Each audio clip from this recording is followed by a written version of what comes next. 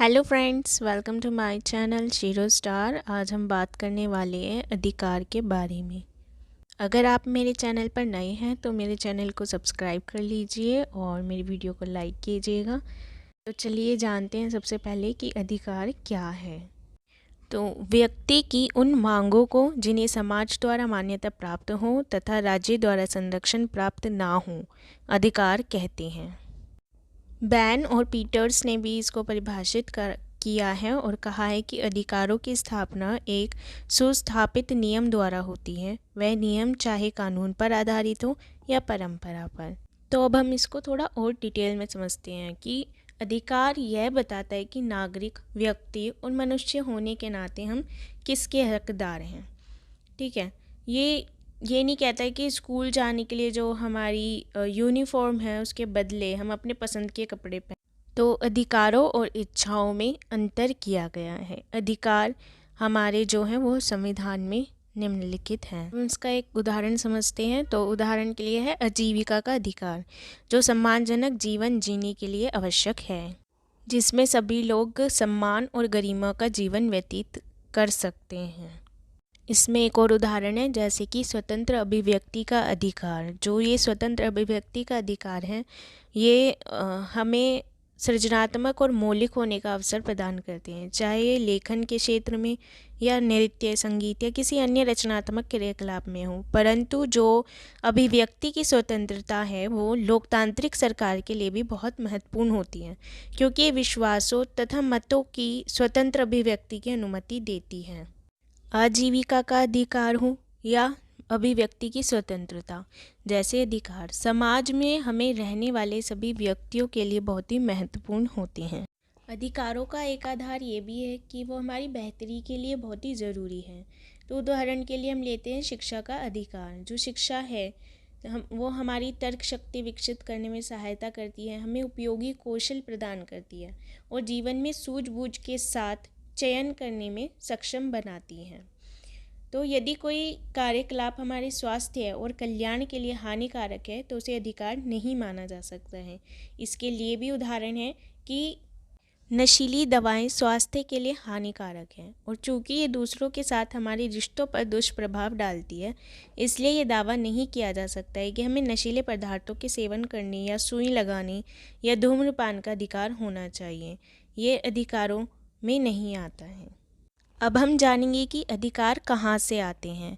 तो 17वीं और 18वीं शताब्दी में राजनीतिक सिद्धांतकारों द्वारा यह तर्क दिया जाता था कि मनुष्य के लिए अधिकार प्रकृति या ईश्वर प्रदत्त है तथा मनुष्य को जन्म से वह अधिकार प्राप्त हैं।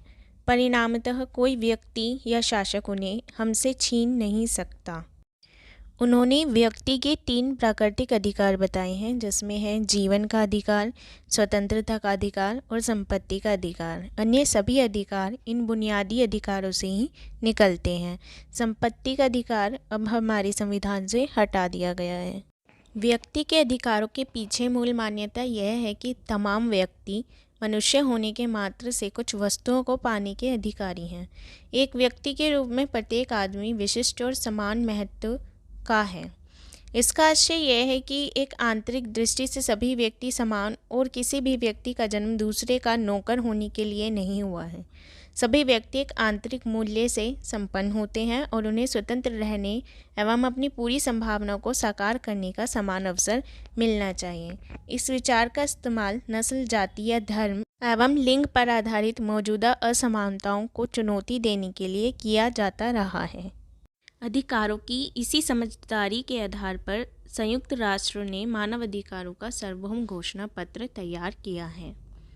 यह उन दावों को मान्यता देने का प्रयास करता है जिन्हें विश्व समुदाय सामूहिक रूप से गरिमा और आत्मसम्मान से परिपूर्ण जिंदगी जीने के लिए जरूरी मानता है।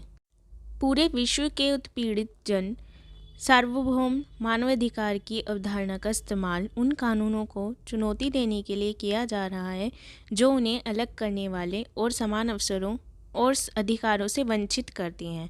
वे मानवता की अवधारणा की पुनर्व्याख्या के लिए संघर्ष कर रहे हैं ताकि वे स्वयं को इसमें सम्मिलित कर सकें। तो कुछ संघर्ष ऐसे भी हैं जिसमें सफलता मिली है, जैसे दास प्रथा का उन्मूलन हुआ, यानी कि दास प्रथा को ख़त्म कर दिया गया। विविध समाजों में जैसे जैसे नए खतरे और चुनौतियां उभर कर सामने आई हैं, वैसे वैसे उन मानवाधिकारों की सूची लगातार बढ़ती गई है जिनका लोगों ने दावा किया है। उदाहरण के लिए हम आज प्राकृतिक पर्यावरण की सुरक्षा की आवश्यकता के प्रति काफ़ी सचेत हैं और इसमें स्वच्छ हवा, शुद्ध जल, टिकाऊ विकास जैसे अधिकारों की मांगें उत्पन्न की हैं। युद्ध या प्राकृतिक संकट के समय अनेक लोग, विशेषकर महिलाएं और बच्चे या बीमार, जिन परिवर्तनों को झेलते हैं, उनके बारे में नई जागरूकता ने आजीविका के अधिकार, बच्चों के अधिकार और ऐसे अन्य अधिकारों की मांग भी पैदा की है। अब हम पढ़ेंगे कानूनी अधिकार और राज्य सत्ता। तो कानूनी अधिकार और राज्य सत्ता में सबसे महत्वपूर्ण है सरकार और कानून का समर्थन। संविधान देश के सर्वोच्च कानून के घटक होते हैं। इस कारण कुछ विशेष अधिकारों की संवैधानिक मान्यता उन्हें बुनियादी महत्व प्रदान करती है। कुछ दूसरे ऐसे अधिकार का भी उल्लेख संभव है हमारे संविधान में जो किसी देश के विशिष्ट इतिहास और रीति रिवाजों के कारण महत्वपूर्ण हो जाते हैं। उदाहरण के लिए हम इसमें ले सकते हैं जैसे कि भारत में अस्पृश्यता पर प्रतिबंध का प्रावधान है कि छुआछूत नहीं चलेगी, उस पर प्रावधान दिया गया है जो देश की परंपरागत सामाजिक कुप्रथा की ओर ध्यान आकर्षित करती है। ज़्यादातर मामलों में अधिकार राज्य से किए जाने वाले दावे हैं, जैसे अधिकारों के माध्यम से लोगों द्वारा राज्य सत्ता से कुछ मांगा जा सकता है। जब शिक्षा के अधिकार पर जोर दिया जाता है तो लोगों द्वारा राज्य से बुनियादी शिक्षा के लिए प्रावधान करने की मांग की जाती है। समाज भी इस शिक्षा के महत्व को अस्वीकार नहीं कर सकता है। इस प्रकार अधिकार राज्य को कुछ विशेष उपायों से कार्य करने के लिए वैधानिक दायित्व सौंपते हैं। प्रत्येक अधिकार निर्देशित करता है कि राज्य के लिए क्या करने योग्य है और क्या नहीं। उदाहरण के लिए हम ले सकते हैं जीवन जीने का अधिकार। राज्य को इस प्रकार के कानून बनाने के लिए बाध्य करता है जिससे दूसरों के द्वारा हानि पहुंचाने से बचा जा सके। यह अधिकार राज्य से मांग करता है कि वह मुझे चोट या क्षति पहुंचाने वालों को दंडित करे। दूसरे शब्दों में मेरा अधिकार यहाँ राज्य सत्ता को विशेष उपायों से काम करने के कुछ वैधानिक दायित्व सौंपता है। अब हम पढ़ेंगे अधिकारों के प्रकार, जो इसमें बताए गए हैं 3 प्रकार के: लोकतांत्रिक अधिकार, राजनीतिक अधिकार और आर्थिक अधिकार। आर्थिक अधिकार है राजनीतिक अधिकार, समाज या सरकार। जो राजनीतिक अधिकार है वे नागरिकों को कानून और वे नागरिकों को और देश के अधिकार दे रही प्रक्रिया में भागीदारी लेने का अधिकार के बारे में। तो इसमें अपनी मातृभाषा में प्राथमिक शिक्षा पाने का अधिकार, अपनी भाषा और संस्कृति के लिए शिक्षण के लिए संस्थाएं बनाने के अधिकार को बेहतर जिंदगी जीने के लिए आवश्यक माना जा रहा है। ज़्यादातर लोकतांत्रिक व्यवस्थाएं राजनीतिक अधिकारों का घोषणा पत्र बनाने से अपनी शुरुआत करती हैं। तो इसमें उदाहरण के लिए हम ले सकते हैं इसमें वोट देने एवं प्रतिनिधि चुनने, चुनाव लड़ने, राजनीतिक पार्टियां बनाने या उसमें सम्मिलित होने जैसे अधिकार सम्मिलित हैं। तो नागरिक स्वतंत्रता का मतलब है इसमें कि स्वतंत्रता और निष्पक्ष न्यायिक जांच का अधिकार, विचारों की स्वतंत्रता, अभिव्यक्ति का अधिकार, प्रतिवाद करने तथा असहमति प्रकट करने का अधिकार सभी नागरिकों को है। अधिकारों का उद्देश्य व्यक्ति के कल्याण की सुरक्षा करना होता है। राजनीतिक भागीदारी का अपना अधिकार पूरी तरह से तभी अमल में लाया जा सकता है जब भोजन, वस्त्र, आवास, स्वास्थ्य जैसी मूलभूत आवश्यकताओं की पूर्ति हो सके। भारत सरकार ने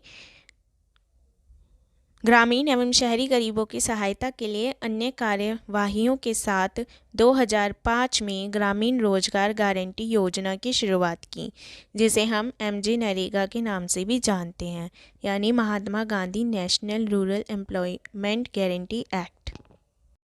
कुछ अधिकारों जैसे जीने का अधिकार, स्वतंत्रता का अधिकार, समान व्यवहार का अधिकार और राजनीतिक भागीदारी का अधिकार को ऐसे बुनियादी अधिकार के रूप में माना गया है जिन्हें प्राथमिकता देनी ही है। अब हम पढ़ेंगे अधिकार और जिम्मेदारियां। तो इसमें अधिकारों द्वारा राज्य पर न सिर्फ जिम्मेदारी डाली जाती है कि वे विशेष तरीके से काम करें, बल्कि वे हम सब पर भी जिम्मेदारी डालते हैं कि जैसे हम उदाहरण ले सकते हैं टिकाऊ विकास का। इस मामले में हमारे अधिकार हमें यह याद दिलाते हैं कि इसके लिए न सिर्फ राज्य को कुछ कदम उठाने हैं, बल्कि हमारे द्वारा इस दिशा में प्रयास करने होंगे। ठीक है, तभी टिकाऊ विकास संभव है। अदर एग्जाम्पल्स हम लेते हैं, जैसे इसमें ओजोन परत को बनाए रखना, वायु और जल प्रदूषण कम से कम करना, नए वृक्ष लगाकर और जंगलों की कटाई रोककर हरियाली बरकरार रखना, पारिस्थितिक संतुलन कायम रखना आदि ऐसी चीज़ें हैं जो हम सब के लिए अनिवार्य हैं। दूसरे अधिकारों द्वारा यह उम्मीद की जाती है कि प्रत्येक व्यक्ति एक दूसरे के अधिकारों का सम्मान करें। ठीक है, जैसे कि मैं कहती हूँ कि मुझे अपने विचारों की अभिव्यक्ति करने का अधिकार मिलना ही चाहिए, तो मुझे दूसरों के भी यही अधिकार देना होगा। ठीक है, अपने अधिकारों का प्रयोग करने के लिए कोई भी व्यक्ति दूसरे को उसके अधिकार से वंचित नहीं कर सकता है। जैसे आपके अधिकार हैं, वैसे ही और लोगों के भी अधिकार उसमें दिए हुए हैं। अब हम आगे देखें तो टकराव की स्थिति में अधिकारों को संतुलित करना बहुत आवश्यक होता है। अब हम इसमें उदाहरण ले सकते हैं, जैसे कि अभिव्यक्ति की आज़ादी का अधिकार। किसी व्यक्ति को तस्वीरें लेने की अनुमति है, परंतु किसी की हम पर्सनल फ़ोटो लेकर उसको इंटरनेट पर अगर अपलोड कर देते हैं तो उसकी गोपनीयता के अधिकार का उल्लंघन होता है, जिस पे उसे सज़ा भी मिलनी चाहिए और मिलती है आज जो अधिकार हमें दिए गए हैं। आगे नागरिकों को अपने अधिकारों का पर लगाए जाने वाले नियंत्रणों के बारे में भी सदैव चौकस रहना चाहिए। मतलब नागरिकों को अपने अधिकारों के बारे में चौकस रहना आवश्यक है। आजकल सरकारों पर ये चर्चा हो रही है कि वो प्रतिबंध लगा सकते हैं। ये प्रतिबंध कई सरकार राष्ट्रीय सुरक्षा के नाम पर लोगों की नागरिक स्वतंत्रताओं पर लगा सकते हैं। तो सरकारें निरंकुश हो सकती हैं और वे उन उद्देश्यों की ही जड़ खोद सकती है जिसके लिए वे बनती है, यानी लोगों के कल्याण की। इसलिए यह मानते हुए भी कि अधिकार कभी संपूर्ण सर्वोच्च नहीं हो सकते, हमें स्वयं और दूसरों के अधिकारों की हिफाजत करने में चौकस रहने की आवश्यकता है, क्योंकि यह लोकतांत्रिक समाज की बुनियाद का निर्माण करते हैं। अब आपका चैप्टर यहीं पर ख़त्म होता है, अधिकार। Thank you for watching.